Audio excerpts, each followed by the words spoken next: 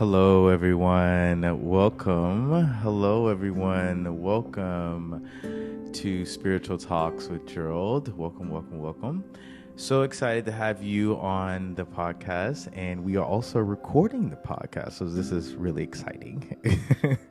So those of you who are listening, just know that you will have the ability to watch this.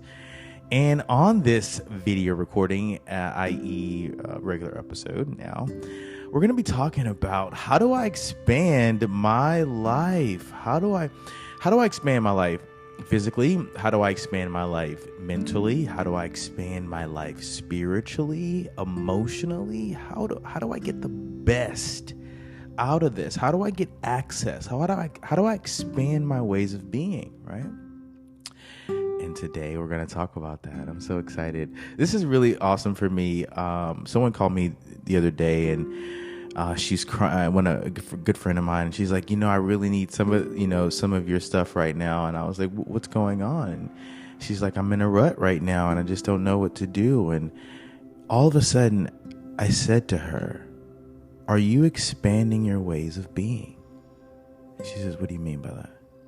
Like, are you expanding yourself mentally? Are you expanding yourself spiritually? Like, are you reaching out to see how far you've gone? Are you looking at what you've invested in mentally, emotionally, spiritually, right? And so that's what we're going to talk about today. Have you really tried to expand your life? And here we're going to give you some strategies and tools and techniques that I use when coaching my clients in professional athleticism for the last 12 years. This is what I'm teaching doctors and lawyers and stay-at-home moms and all of the different people that come and have learned underneath me teaching professional tennis. Those of you who do not know, but I've been teaching professional tennis for the last 12 years, starting a tennis academy in Miami. Amazing 3D tennis academy. So I'd love to have you guys if you're ever in Miami. But we're going to talk about framing first, right? How to expand your life.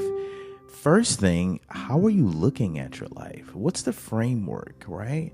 Sometimes we can't see that there is ability to change and expand and evolve in our lives because the frame, the lens, the way we look at things is distorted. It's tainted. It could even be toxic. And how do we know, Gerald, that maybe our framework or the way we look at things is maybe a little off or not serving us? How do we know that? Well, we'll take a look in the mirror in the morning and we'll say, hey, sir or madam, is this the best life you've ever dreamed of? And if the answer is no, that means we still have work to do. That means that we still have the ability to expand. That means we just haven't. If you're frustrated right now in your life and you can't go where you need to go, you can't get to where you need to be, just know this is not the end. This is the beginning. This is the recognition that it's time to expand your life. Everyone is hearing about ChatGPT and AI and all of these things, and this is just like the evolvement of the internet. When the internet came, right, we had to expand and say, no longer will I use my pager to connect. No longer do I have to use a payphone, right? I mean, all these different things that have progressed our lives, right? And these things have expanded our lives. So the first thing, and if you're a note taker, this is a good time to start taking notes because we're going to go over, 4 or 5 different key things that you can do to expand your life. If you want to get past whatever level you're in right now, just know these are some real life techniques and tools and strategies and tips that you can implement that can help you expand your life. Because that's what this podcast is about. It's about expanding your life. It's about tapping into the next version of yourself. It's about evolving into what you were created to be, but you can't do that if you don't know how to expand your ways of being, right? So let's talk about that. The first thing was framing, right? How am I looking at it, Gerald? How am I looking at it, right? And the second thing, what did I have here for my notes? Because I did notate, right? Are you looking at it through every angle, right? Not only how am I looking at it, but am I looking at it through every angle is this the worst possible situation? Or did me getting fired from this job allow me to finally start my passion project? Did my kid get sent home from school give me time to realize I don't spend enough time with my kiddos as much as I thought I did? Am I looking at it through every angle? You know what? I normally don't go down the street and I got a flat tire, but I met the love of my life because I looked at it through a different angle. It's not like, oh my God, my tire, my kid, it's like, no, wait, what is this giving me a moment and an opportunity to see that I didn't see before? Am I looking at it through every single angle, right? This is the second way that you can expand your life. Number one, the frame. Number two, the angle, right? Physically expanding your life, right? Physically expanding your life, right? Are you physically doing things, working out, Pilates, yoga, riding a bike, anything that physically takes you to a different place that you've never been before, right?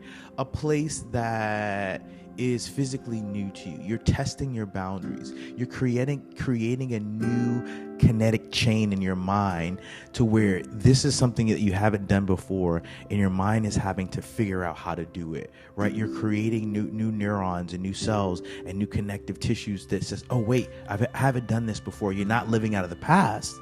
You're living out of the present moment because you're physically doing something that's expanding you. You're doing something that you've never done physically. If you want to know how you expand yourself, physically, that's how you expand yourself. Physically, how do I expand myself? By doing physical things that I've never done before because my body now has to learn how to do something it's never done before. We always use this term, oh my God, I could do this with my eyes closed. Oh my God, I could do this with my hands behind my back. I don't even know how I got here. Or I could do this. It's simple. You can do it mindless. So physically, if you want to expand yourself, do things that you've never done before. So your body has to react and figure out, oh my God, what are we doing? Right? Spiritually, my favorite part. Spiritually expanding yourself, right? Am I really taking time for myself?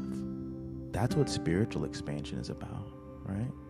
Am I taking time for myself, my spiritual evolution, right? Am I taking time? Am I pouring back into me, right? Here's something that we all know. We're not going to get another body, right? So we've got to take care of what we have, right? And spiritually, if you are not filled up, you're pouring from an empty cup. I don't know how many stay-at-home moms I talk to or single moms I talk to or entrepreneurs that are really burning both ends of the candle because they are spiritually bankrupt. They don't have they're just like, I don't even know how I'm making it, right? Spiritually expanding yourself. Have I tried yoga? Have I tried meditation? Have I tried breath work? Have I tried mindfulness? Have I tried all these different healing modalities, all these different ways of being, experiencing, so I can see what really works for me? Not what the internet says works, because what if it doesn't work for me? But at least I can set myself up to try to see if it works, right? But if I don't allow myself to create the framework, number one, right, to say, okay, spirituality is important, physical expansion is important, and two, looking at the angles and say, you know what, maybe this can help me. Maybe yoga would work. Maybe meditation would work. Maybe mindfulness would, because I'm looking at it through different angles. I'm not saying, this is the only way I think is the only way it is. And we all know that's not true. It's a very silly statement, right? There's loads of ways of being, but you've trapped yourself into one way of being, and then you complain about why your life's a certain way. You're not a one-trick pony. You can do multiple things. You have the ability to expand into creating and being anything that you would like to be. But you've got to see the frame, the angle, in different ways that'll serve you. The next thing, right? What are we on next? The next thing, right? Spiritual expansion was that one. Now we're going to talk about mental expansion. Oh, my favorite. Mental. How do I expand myself mentally? Here's a good one. What books are you reading? Yeah, what books are you reading? If you're not reading any books, what about audio? What are you listening to? Mentally, what are you curious about mentally? Anything you'd like to explore? Any type of new pottery or knitting or volunteer work? Become curious again. Mentally, what saddens me is that human beings have the ability to think on such a high level, yet we are stifled to do the same stuff that we always do. How can you mentally grow and expand if you keep doing the same stuff every day? Where's the growth ability? Where's the room for expansion if your life is filled up with the same daily mundane task? Mentally, remove yourself from the constant barrage of the day-to-day mundanes and create newness in your life, excitement in your life. Listen, no one's gonna knock on your door and say, "Hey, I think you're mentally stressed out. Maybe you should evolve." No, it doesn't have. The only way you find out that you mentally need to expand is if you're on my podcast. Luckily, you found me, right?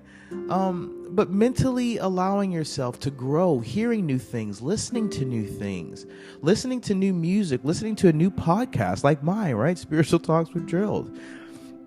And one of the big things now we're going to talk about is emotional expansion. Are you emotionally available?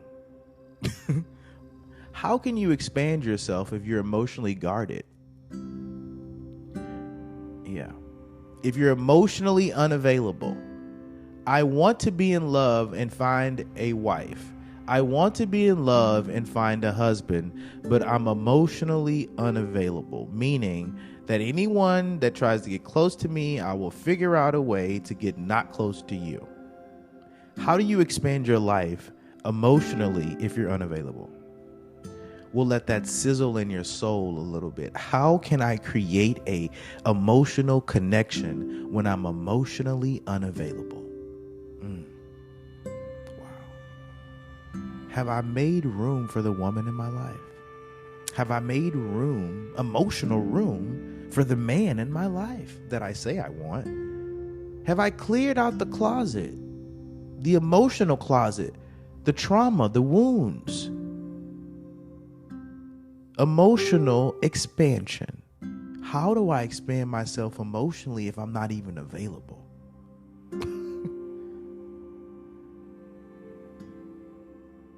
This is a good way this is a good moment to say, maybe if I allowed people to get close to me, maybe if I bring the walls down a little bit. Here's the thing, ladies and gentlemen, about walls and protecting yourself. They do exactly what they're supposed to do. Walls keep people away.